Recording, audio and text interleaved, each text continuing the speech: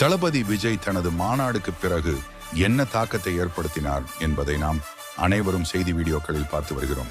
தளபதி விஜய் உண்மையையும் அர்ப்பணிப்பையும் பிரதிபலிக்கும் சிறந்த உதாரணம். அவரது அன்பான இதயமும் இரக்க குணமும் அனைவரிடமும் அக்கறையும் மரியாதையையும் ஏற்படுத்தியுள்ளது.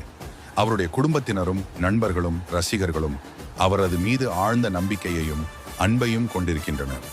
ஒரு திறமையான நடிகராக கடின உழைப்பு, அர்ப்பணிப்பு மற்றும் நேர்மையுடன் தனது கதாபாத்திரங்களுக்கு உயிர் புகுத்தி பலரின் பாராட்டை பெற்றுள்ளார்.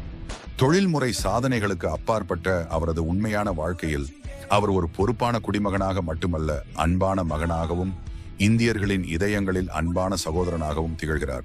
தளபதி விஜயின் எதிர்கால அரசியலின் பார்வை வெளிப்படைத்தன்மை, ஒற்றுமை மற்றும் சமூக நலன் ஆகியவற்றின் அடிப்படையில் இருக்கும் என்றும், ஒரு சிறந்த தலைவராக அவரது திறனை நம்புவதற்கு மற்றவர்களை ஊக்குவிக்கும் என்றும் நாம் எதிர்பார்க்கலாம்.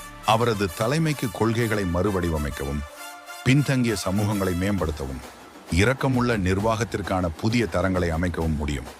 அவரது தனிப்பட்ட அனுபவங்களை எடுத்துக்கொள்வதன் மூலமும், முடியாதவர்களுக்காக அவரது குரலை பயன்படுத்துவதன் மூலமும் பிரகாசமான மேலும் உள்ளடக்கிய எதிர்காலத்திற்கு வழிவகுக்கும் என்று நம்பலாம்.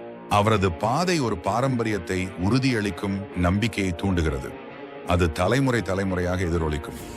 மேலும் இது அரசியல் உலகில் ஒரு அழியாத முத்திரையை வைக்கும் என்று நம்பலாம். விஜய் கூறியது போல,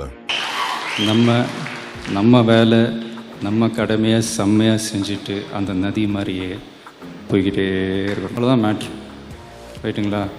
kill them with your success, bury them with your smile. சரிங்களா? முற்போக்கான எதிர்காலத்திற்காக தகுதியான தலைவரை நாம் தேர்ந்தெடுக்கும் நேரம் இது. இந்த வீடியோ ரசிகரோ அல்லது சம்பளம் வாங்கும் நபரோ உருவாக்கவில்லை, ஆனால் மாற்றம் நிகழும் என்று நம்பும் ஒரு உண்மையான இந்திய குடிமகனால் உருவாக்கப்பட்டது. வீடியோவை இறுதி வரை பார்த்ததற்கு நன்றி.